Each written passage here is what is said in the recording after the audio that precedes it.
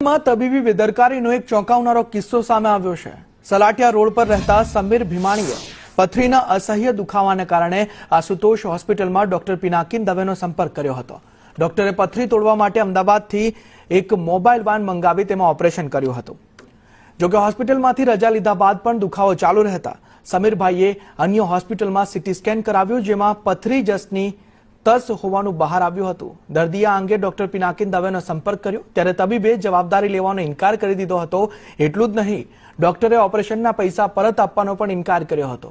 આ મામલે ભોગ બનનાર યુવકે આણંદ એસપી મેડિકલ કાઉન્સિલ અને ગ્રાહક સુરક્ષામાં લેખિત ફરિયાદ કરી ન્યાયની માંગ કરી છે।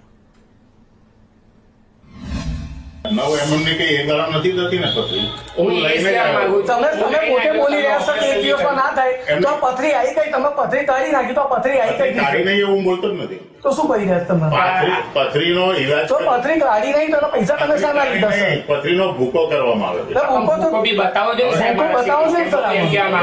દુખાવો નહીં, પથરી તો છે ને ભાઈ 2 mm હોય કે 3 mm હોય કે 15 mm હોય, સમજી ગયો? દુખાવો તો થાય, સમજી લે। હું નાની કે તો સાહેબ ભાઈ ભૂકો નીચેથી નીકળે તારે દુખાવો થાય, સમજી લે। આ તો ભૂકો મને તો ભૂકો કહો જ નહીં સર, નીકળે કઈ સર? બીજું સીટિંગ આપું હું કેમ સહન થવું છે તમે લોકો 50 બધું થાય, બધાને ઘણાને કરીએ છીએ, ઘણાને કરીએ જ દોસ્ત। બીજું તમે કશું નહીં કરી શકો સર આનું? ભાઈ જો મારાથી થાય બીજું સીટિંગ આપી શકું, બીજું કઈ નહીં। બીજું કશું નહીં કરી શકો મારાથી એમાં બીજું કઈ ના થાય। બરોબર, રસી તો આપેલી જ છે બધી, બરાબર। બાકી કોઈ સારવાર આ હોસ્પિટલ મેં કરી નથી, બધી જ સારવાર ગાડીવાળાએ કરી છે, ગાડીવાળાએ સમજાવ્યું છે।